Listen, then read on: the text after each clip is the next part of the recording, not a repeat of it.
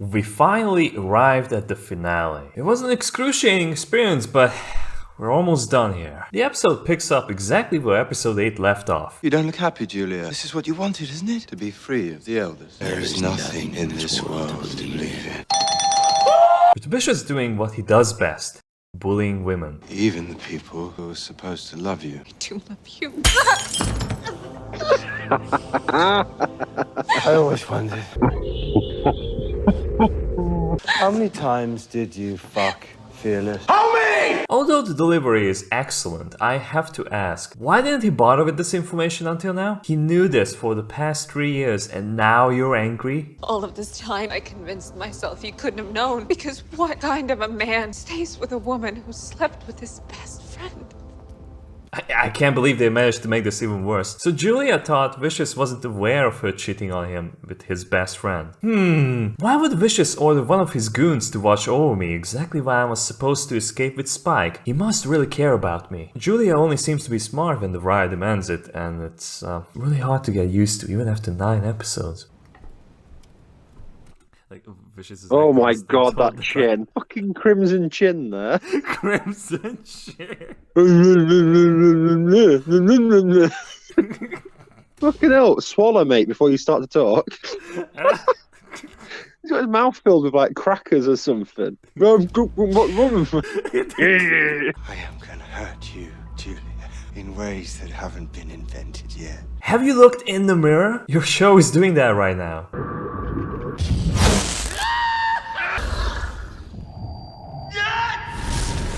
Spike is having a nightmare, something we can all empathize with. Spike! The hell are you? Any sign of him on your end? I've got Jack. This place is creepy as shit. Jet and Faye are trying to find him without any luck.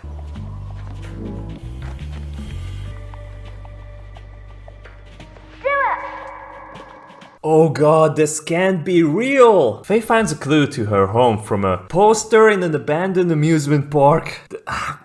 Brain is melting. We're only a few minutes in. How bad can this get? Faye, I got something. There was a ship here. Someone took Spike, whoever it was. We need to find the bastards. And Spike wakes up in Anna's bar? Why is everything revolving around this place? At this point, why not have the finale in this godforsaken bar while the band is performing? I'm so tired of these set pieces. It's always the same ones, or random part of New Zealand. God, there's nothing interesting about this show whatsoever. It's like absolutely nothing. Like, remember how like intense the anime was? Yeah. It had like a solid idea that we need to entertain people. Yeah, all these scenes just seem to be together with no reason for them to be together. Meanwhile, Jet is chasing after Gran, but how? How does he know where the ship went? Oh, whatever, they don't care, so why should I? You can do it. Faye is trying to confirm her findings by zooming out of the VHS footage and using an AI to complete the image. Well, that's accurate. How visionary of them. Jet, I think I found something. Oh, you first. The ship that took Spike, a friend at Astro Gate Security, he matched the timestamp and vessel registration. It just landed in Tharsis 2 hours ago, next to a nightclub called Anna's. What do you got? I think I might know where I grew up. Can it keep? Hello, darkness, my old friend. You know what? This is the most logical scene yet in this episode. I must congratulate whoever spent 5 minutes writing this. Because Faye just can't hold herself back from talking about her past, and Jet rightfully shuts her down. Because I need you on this, Spike needs you on this. Once we get him back, we can help you track your shit down. All of it. We'll figure it out, together. Let's go get Spike. Deal. It's like they knew they were gonna fuck this show up, so they want to tie up all the loose ends. We have Julia's conflict with Vicious, Spike being saved by Anna, Jet searching for Spike, and now this. Is this the Phantom Menace? How many B-plots can they stuff into one episode? I'm gonna find him. I'm gonna kill him. Spike tells Anna he will end Vicious once and for all, and Gran is just there in the background to agree. I'll second that motion. If only these two characters had some kind of beef that would connect them to one subplot, but I must be imagining things. Does she know that you're alive? She figured it out. And knowing is gonna get her killed. I'll make sure she's safe. Then you're gonna need this. Don't move! Put the gun down. I said drop it! Now! The crew of the Bebop arrives and they overreact, but proceed to stop. Thought I lost your partner. Glad to see you're still kicking. Hey, whatever happened to that unkillable super assassin? Yeah, I killed him. Oh, nice. Give me a minute. Skimmy. Hey, Bean. Jet? Who the fuck are you? Here we go again. They took her. Who? Kimmy! Goddamn syndicate kidnapped her from Europa. They want to exchange her for him. Except they didn't call him Spike. They called you Fearless. Why does the syndicate want to use my daughter to get you? His name is Vicious. He was my partner back when I killed people for the syndicate. God damn, you're a syndicate hitman. Was. I'm gonna save him the trouble and kill you myself. You'd be right to, but you need me to barter for Kimmy's life. I think Jet already pulled the trigger by now. Have they forgotten how guns work? Fine, let's get this over with. Listen, imagine. Jet, there's a better way. You know we can get her back if we work together. Faye is pointing out the obvious that we have been all saying. He risked his life for mine. Risks his life for yours. He knew the rules. No lies. He put my daughter's life in a killer's hand. By my math, the slate is clean. No, I don't think that would have prevented the syndicate kidnapping your daughter, regardless of whether you know his identity or not. It's his life for Kimmy's. That's the play. Well, that fucked up math doesn't add up. I won't carry that weight. I won't carry that weight. You haven't done it for the past 9 episodes. Why would you start now? You know he's not gonna let you live after this. You're the only one who knows why Vicious really tried to kill Fearless.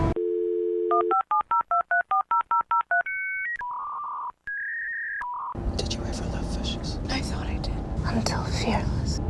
Then you should be with him. Apparently, this was enough for Julia to persuade this female syndicate member who has been part of Vicious's group for at least 3 years.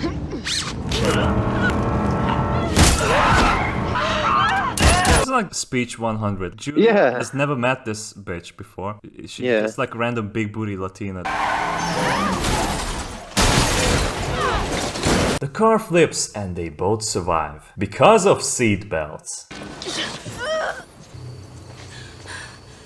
By the way, how long has this member been part of the syndicate? From the poorly executed origin story, I gathered that she's more loyal to Vicious's cause, because even if that was her first day on the job, carrying Julia to your boss's penthouse, it has been at least 3 years now. Giving a task like this to a complete rookie is, well, it kind of fits with this show. Loyalty, what is that? Evening, officer. Everything's gonna be okay. Do you have him? He's in the trunk. Guys, just so you know, you're not Tarantino. Don't even try imitating his style. They're trying to pull off this Kill Bill shit, but... Yeah, I don't know why. How can I place characters in the scene? Oh, fuck it, I'm just gonna use something from the early 2000s. Spike! Yeah! It turns out it was a setup all along. No. Who could have known? Oh, good, you're up.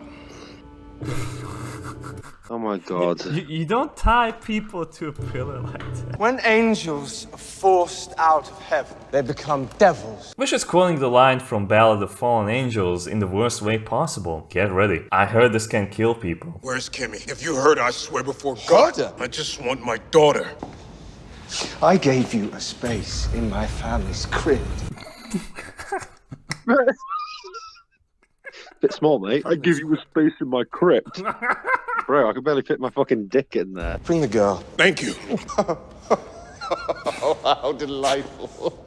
Why would anyone trust the guy after being tricked like that? You think he's gonna let you go after the things he has done to you? You actually think I'm letting her go? You said you wouldn't hurt her. I won't. I'll kill her. God damn you, piece of shit! Ah! Jet getting hurt on his leg. This boy knows his references.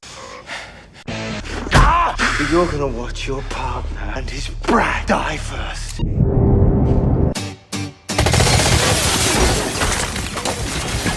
And now the moment you have all been waiting for. Welcome to the ass, motherfuckers!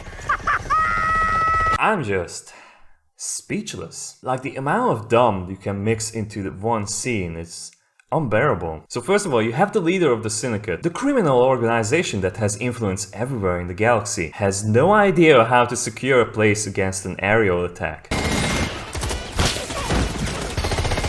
He's not really killing that many. Oh my god, look at those crazy eyes. Jesus Christ, how crazy she looks. The rest I'm not gonna list because seeing Faye Valentine degraded like this is enough by itself. Come on. Go! I got you.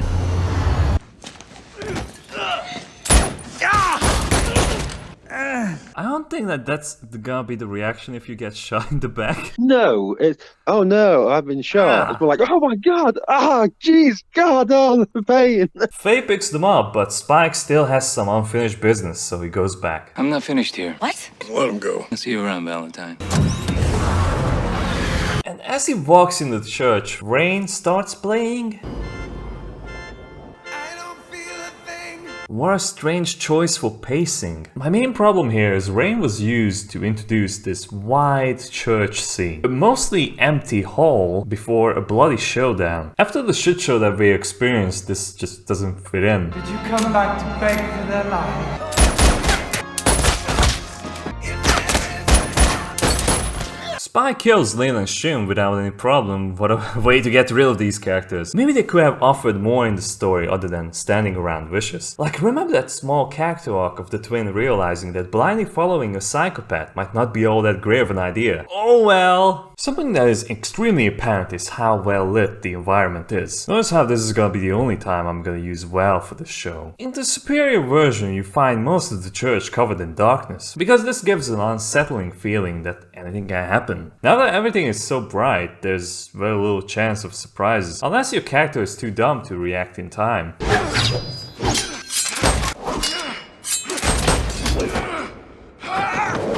What is this? Why are they still fighting?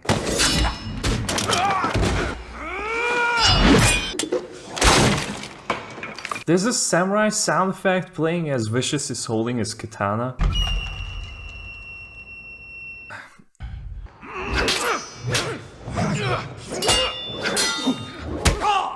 Why was there a metal ting? That should be cutting straight through it. There we go, the reference I was looking for. Do you have any idea what you look like right at this moment, Spike? What? A ravenous beast. With none of the characteristics of a cold-blooded killer. I bled all that kind of blood away. Then why are you still alive? And it's Vicious stabbing Spike first instead of both attacking each other at once. What? Why?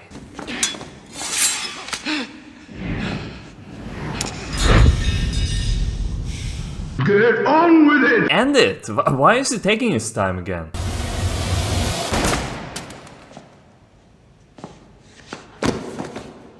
What? Julia? How did she even know they'd be here?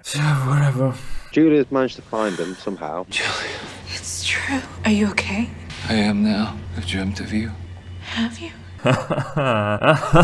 Spike fucked up. Then why didn't you come for me? You knew where I was, yet you let me languish with him. Because I told him you chose me. And you believed him? If this was a competent show, I would applaud them for the undying message of bros before hoes. Never put your dick in crazy, Spike. I mean, she has a point. If we take into account how dumb all these criminals operate, it does bring a valid point to why wouldn't Spike attempt to save Julia. He can single-handedly wipe out the cartel, Vicious can wipe out the entire leadership of the syndicate, but let's assume we are not working on cartoon logic, so I will side with Spike here. What should Spike do with the entire syndicate? What do you think he is doing right now? Oh, he didn't rush in to save you. You seemed rather happy with the kind of life you lived with Vicious. Up until that very point before the elders almost put lead in your brains. I'm sorry. Now we can make it right. We can be free of all of this. Why would I want to be free of it? Right at the moment when I've captured the throne. They managed to make Julia into a Mary Sue. We don't need any more evidence that this universe revolves around her. Everyone is crazy about her, she doesn't get punished for her actions, instead she gains more power and influence. Why would you do this? All that's in the way of controlling the syndicate is him. Finish the jackal. No, I don't want it anymore. Julia ending up as an even crazier person than Vicious is astounding. I had no idea it would end up like this, but I can't walk away from. What about what I want? Julia, I am done being scared. this isn't you. You made me who I am. I can see how upset you are, and even on a good day, you and Logic are... You made me. I loved you. I never stopped loving you. That may be. She turns out to be a power-hungry bitch. You already ruined this character, you don't have to double down on it. But it's clear now. You are nothing more than a dream I needed to wake up from. Oh, she's gonna do it. She's doing it!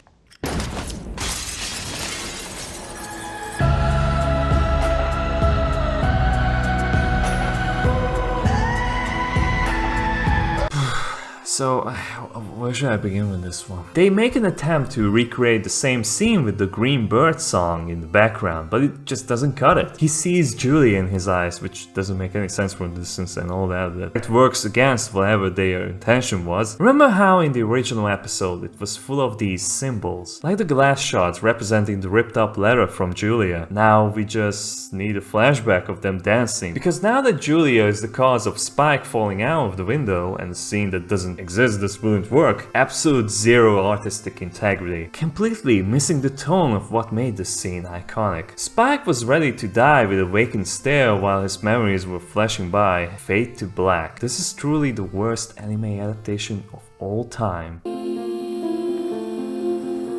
And the music is still going? This is meant to be a music for Spike, not like it would mean anything unless you're a hardcore fan. They really missed their mark. Kimmy goes back to her family and Jet is witnessing another failed father moment. Daddy, I want to go home. Come here. Oh my god. Oh man. Oh my god. Great. If that wasn't enough, here comes Faye. Don't worry, you'll never see it again and it get cancelled. I'm all packed up. Yeah. I'm headed out. She feels obligated to tell Jet that even though he's going through the worst time of his life, he should be happy because she will find her past. I know you're going through a lot of shit right now, but I have a chance to find out who I am. She's such a narcissistic bitch, holy fucking shit! Oh my god, no one cares, Faye. Do whatever you want to do. But instead, Jet just goes along with it. You should do that.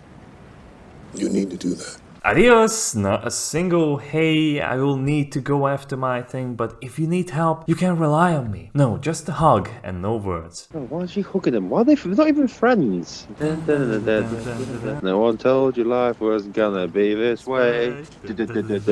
Your wife's a whore and ran off with a guy from work. Your kid doesn't really like you.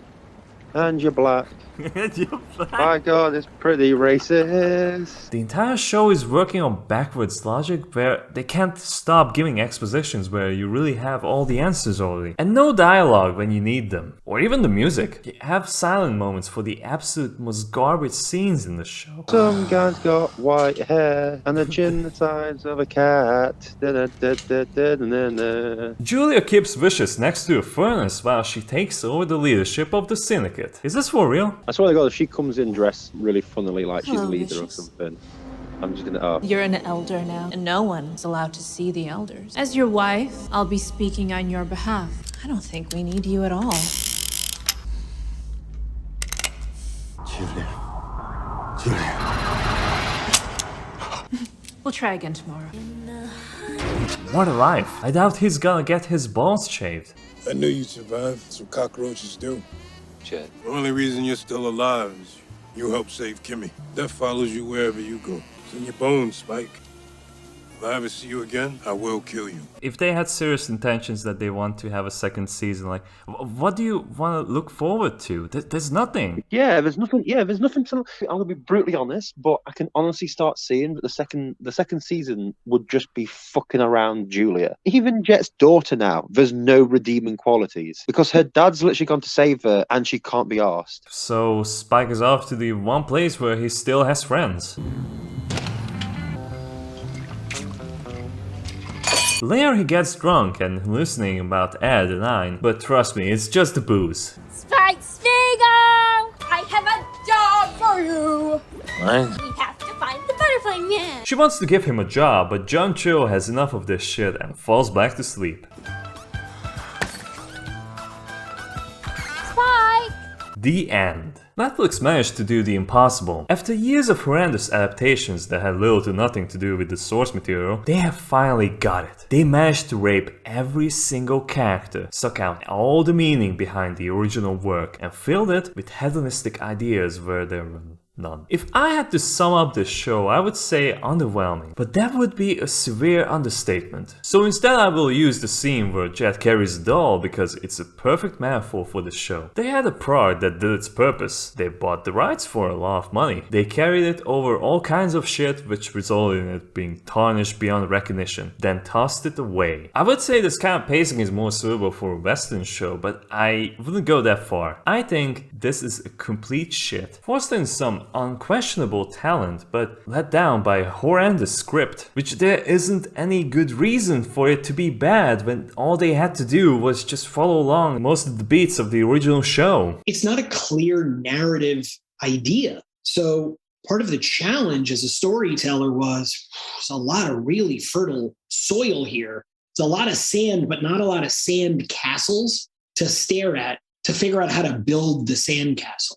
And I think that was part of the real interest also, which is like, again, so much good fruit, but no one had made the fruit salad yet. And so it was like, how do we do that? How do we pick and choose the right pieces? And where are the fill in the blank moments? Like, as a storyteller, that's fun stuff. There are ways to adaptations, believe it or not. I'm gonna bring up the Lord of the Rings, the Peter Jackson version. I'm not gonna touch anything about Rings of Power. Oh no. If you watch the movie, I mean even the theatrical version, you will see that it cuts off a lot of extra background information that you can read in the first 50 or 100 pages in the book. And they are pacing scenes in a kind of order that makes sense. You introduce to the world, to the main characters, and then you keep the spirit of those characters intact. You don't make them into sex-hungry perverts that want to shave their balls. And yeah, you're gonna like lose some of the charm of the original, but at least it's serviceable. This adaptation does the complete opposite. It scares away people. I don't get like how did it get to the top streamed shows. It really doesn't mean anything when it got cancelled a few weeks after it premiered. The whole show was disorganized. It wants every event to serve into the main plot, so you end up changing between scenes every minute. Here's an example from episode 2.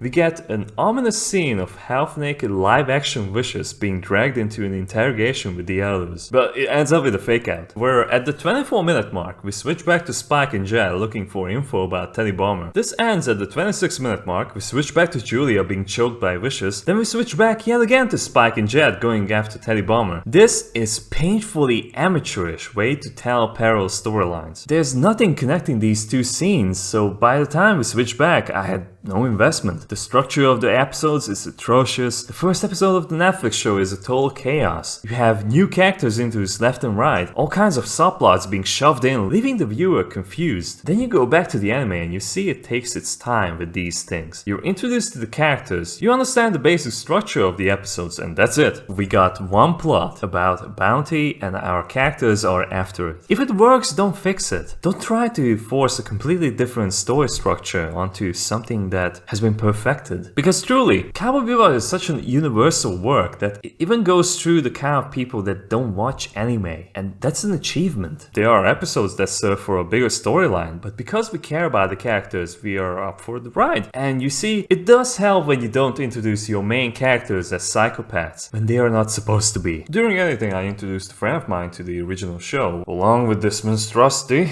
An important fact about him is that he's not really into anime, but Bebop has proven to be something that gets through this barrier. From the first episode he managed to catch on to the subtle details in dialogue, visuals, and further validates my belief that the show still stands the test of time, and it's not just nostalgia that rules my judgment. But the moment I showed him the sandpaper equivalent of a visual medium, he got the same conclusion as me. That was so bad. Honestly, I never want to see this show. Fucking hell, I feel like even Neil Breen could have done something better. Well, you know something, we skipped through all those episodes, and I don't feel like I've missed anything. I think like this is the worst show Netflix has ever produced. Oh yeah, I mean, well, that Umbrella Academy. How can you make 3 seasons of the exact same stuff, the exact same storyline? I've watched some rubbish in my life, but this takes the cake. The visuals are nothing to write home about. The cinematography is one of the worst I have seen from AAA productions. Or is it AA? I don't know. And the Dutch angles. It's everywhere. And for what reason? Is that the director trying to send a cryptic message that the show is cursed and you should stay away from it? Because I believe he succeeded. You got cheap sets that are repeated throughout the season, like the Bebop, Vicious Penthouse, and Anna Anna's nightclub, and this is a big part of why I feel Netflix show has a small universe. You see, when you have so many recurring elements where everyone goes back to, you better come up with something interesting for your characters to do, or at least entertain your audience. There's an anime called Angel's Egg with little to no dialogue. The story is mostly told through the visuals and music. It's barely an hour long, but in return we get all these marvelous visuals which not only look amazing, but tells a story through its environment. What kind of story does the adaptation tell us with these sets? The Bebop is a broken junk held together by duct tape, and its owner doesn't know the difference between hardware, meaning Jet isn't even half the mechanic of what he used to be. You know, the same character who did the repairs not only on the Bebop but the other ships too. But why would you do that when you barely have scenes with those set ships? Anna's nightclub is a place full of energy, the band is performing, the hosts are simply happy to be of service. But its real function here is to give exposition dumps. And notice how, again, this is not done through the action but just talking. I need to talk to Mao. I can't do that, but I really want it. Okay, quite the irony that Annie's convenience store accomplished way more with only a few minutes of screen time. Just think about it. She gets surprised by Spike being alive. They go into the store. It's small. She's probably living a very reserved life, something to be expected from someone who used to be associated with this syndicate, but still informed enough to know what's up. What I'm getting from the adaptation is that Anna is just doing all this syndicate shit as a side gig, as an entertainment. It doesn't make any sense. Vicious's place is him drinking, giving angry rants on how much he hates everything, while Julia is enjoying a luxurious lifestyle when she's not scheming somewhere else against Vicious. To no one's surprise, it's quite the opposite in not just the place, but the character. We don't see Vicious indulge in materialistic things because he's so focused on becoming the most powerful person in the syndicate that there's no room for that. Him going from place to place, leaving dozens of bodies behind while barely saying anything, gives much more of a sinister impression than whatever this new version is supposed to be. Back to the original show, every episode felt different, not just by the looks of it, but the tone they established. With this show, not so much. That's exactly how, while the original was episodic, it makes the world feel huge. We have various planets and space travel. We barely get any of that here. And the dogfights? Non-existent. Even Spike's iconic ship, the Swordfish, is only used to help him get from point A to point B, but it still has the weaponry attached, so it ends up as a failed Chekhov's gun.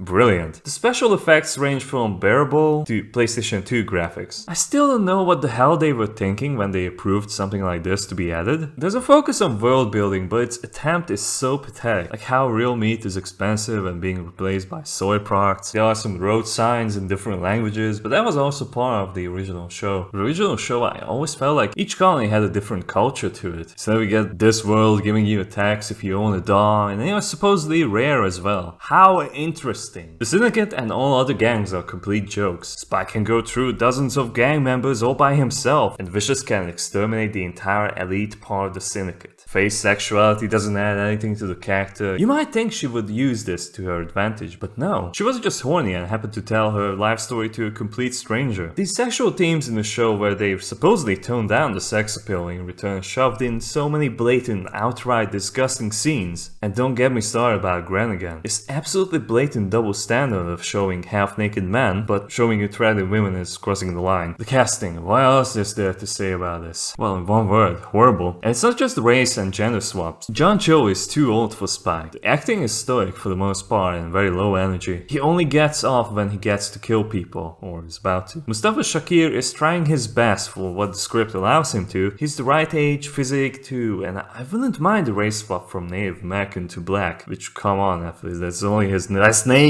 Then we have Faye Valentine.